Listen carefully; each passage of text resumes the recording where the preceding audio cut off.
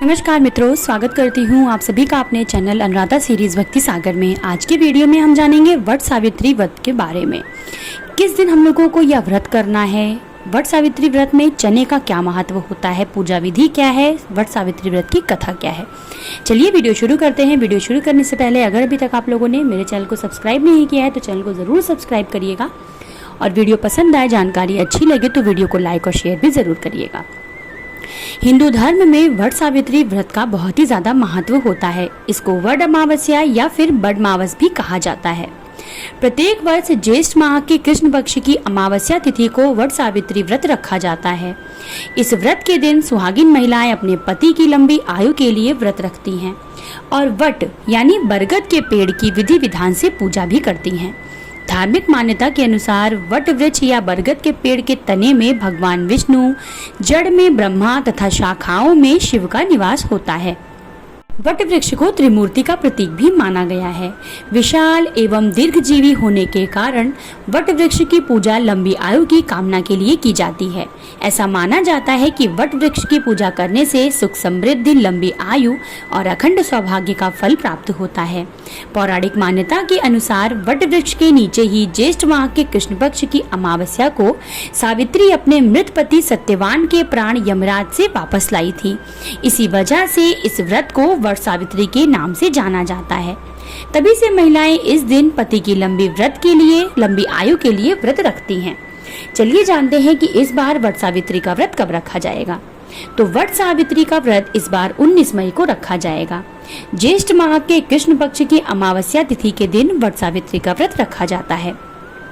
अमावस्या तिथि 18 मई को रात में 9:02 से प्रारंभ होगी और 19 मई को रात 8:32 तक रहेगी। ऐसे में वट सावित्री का व्रत 19 मई को रखा जाएगा। वट सावित्री व्रत की पूजा लिस्ट क्या है, जो हम लोगों को सामग्री चाहिए पूजा के लिए, चलिए जानते हैं। सावित्री और सत्यवान की मूर्ति अगर ना मिले तो कोई बात नहीं, आप मानसिक रूप से भी पूजा कर सकते हैं। बांस का एक पंखा ले लीजिएगा, जो ही बेहद शुभ माना जाता है। बांस का पंखा बेहद शुभ माना जाता है। कच्चा सूत ले लीजिए। कच्चा सूत अगर नहीं मिलता है तो आप नॉर्मल धागा भी ले सकते हैं। लाल कलावा या तो ले लीजिए, धूप ले लीजिए, दीप ले लीजिए और मिट्टी का दिया ले लीजिए। 5 प्रकार के फल ले लीजिए, या फिर जैसे मौसमी फल आते हैं, आम है या फिर खरबूजा है तो आप ले सकते हैं। फूल माला ले लीजिए, रोली लीजिए, रोली अगर मिल जाए तो ले लीजिए। पान, सुपारी, नारियल, भीगे चने और जल से भरा हुआ कलश और घर के बने व्यंजन, जैसे कि हमारे यहाँ पर परंपरा यही है कि आटे की बनी हुई पूड़ियाँ चढ़ती हैं, तो आप वो भी ले सकते हैं। क्या है वट सावित्री व्रत की पूजा विधि, तो चलिए जानते हैं। इस दिन सुबह जल्दी उठकर स्नान कर लें और इसके बाद अच्छे से श्रृंगार कर लें।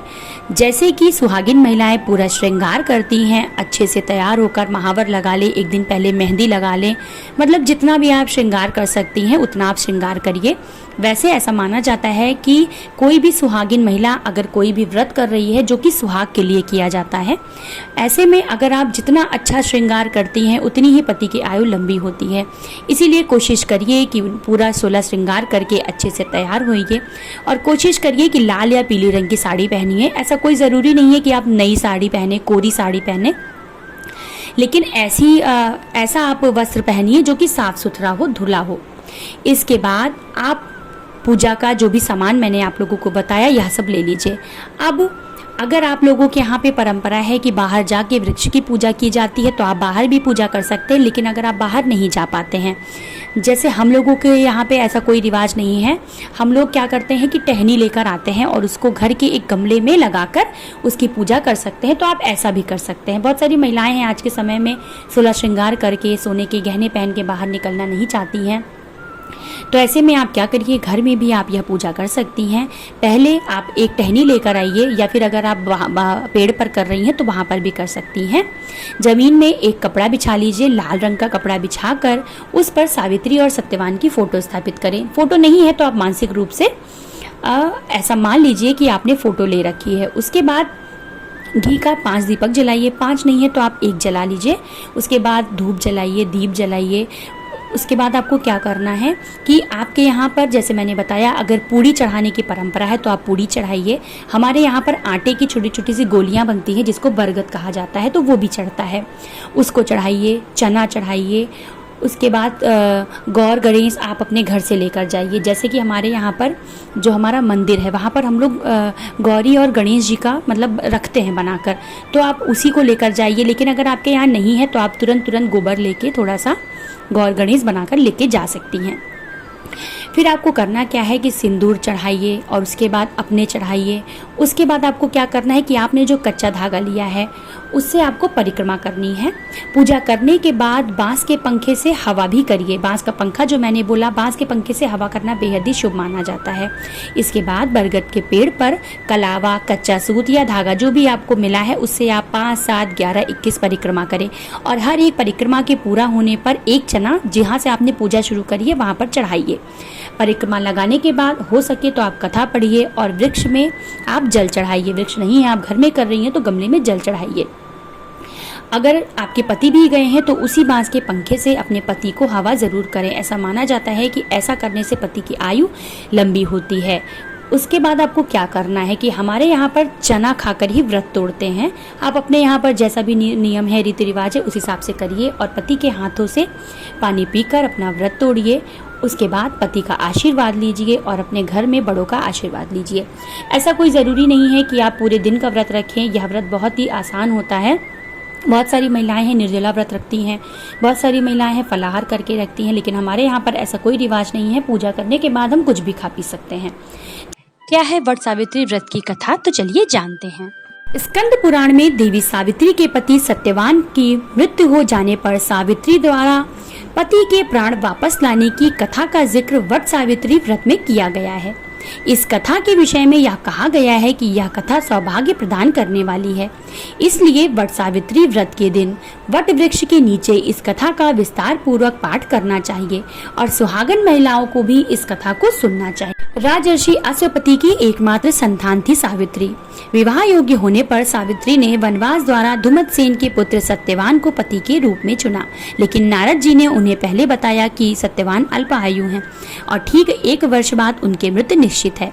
तो भी सावित्री अपने निर्णय पर अडिग रही। वह समस्त राज वैभव को त्याग कर सत्यवान के साथ उनके परिवार की सेवा करते हुए वन में रहने लगी। जिस दिन सत्यवान के महाप्रयाण का दिन था उस दिन वह लकड़ियां काटने जंगल गए। सावित्री भी उनके साथ चलने लगी। लकड़ी काटते काटते अचानक से सत्यवान के सिर में दर्द होने लगा। तभी सावित्री ने कहा कि आप कुछ देर मेरी गोद में सिर रखकर लेट जाइए, फिर हम आश्रम की ओर चलेंगे। सावित्री वट वृक्ष के नीचे बैठ गई और सत्यवान उनकी गोद में सिर रखकर लेट गए। तभी सावित्री ने देखा कि सांवले पिंगल वर्ण वाले किरीटधारी पीत वस्त्र पहने हुए साक्षात सूर्य के समान उदित हुए पुरुष उनके सामने खड़े हैं। सावित्री ने उन्हें प्रणाम किया और उनसे पूछा कि आप कौन हैं। इस पर यमराज ने कहा कि मैं सब प्राणियों के लिए भयंकर और कर्मानुसार उनका उचित दंड देने वाला यम हूँ।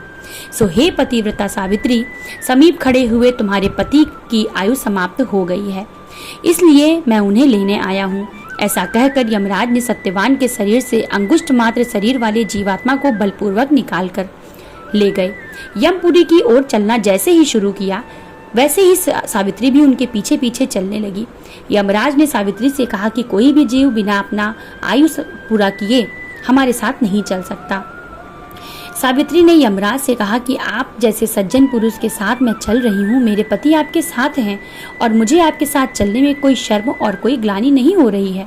दूसरी बात, स्त्रियों के लिए इस पृथ्वी पर पति को छोड़कर कोई और अन्य स्थान नहीं है, इसलिए मैं आपका अनुगमन कर रही हूँ। सावित्री की मधुर बातें सुनकर यम देवता बहुत ही प्रसन्न हुए और उन्होंने कहा कि तुम मुझसे कोई भी 3 वरदान मांगो। सावित्री ने तब यमराज से अपना खोया हुआ राज, सास ससुर की आंखें और सत्यवान से अपने 100 पुत्र होने का वरदान मांग लिया। तत्काल ही यमराज ने तथास्तु कह दिया। अब यमराज को लगा कि अब तो सत्यवान को यमलोक ले जा पाना बेहद ही मुश्किल है और उन्होंने सत्यवान की आत्मा को मुक्त कर दिया और सावित्री को लौटा दिया। सावित्री पति के साथ अपने आश्रम लौट आई। सावित्री ने अमावस्या का व्रत किया, जिसके प्रभाव से सास ससुर की आंखों की रोशनी लौट आई और उनका राज विकसित हो गया और 100 पुत्र रत्न प्राप्त हुए। आज के वीडियो में हमने जाना वट सावित्री व्रत के बारे में। आशा करती हूँ आप सभी को यह जानकारी अच्छी लगी होगी। वीडियो पसंद आया हो, जानकारी अच्छी लगी हो तो मेरे चैनल को सब्सक्राइब ज़रूर करिएगा और वीडियो को लाइक और शेयर भी ज़रूर करिएगा। इसी के साथ मिलते हैं मेरे अगले वीडियो में। जय भोलेनाथ।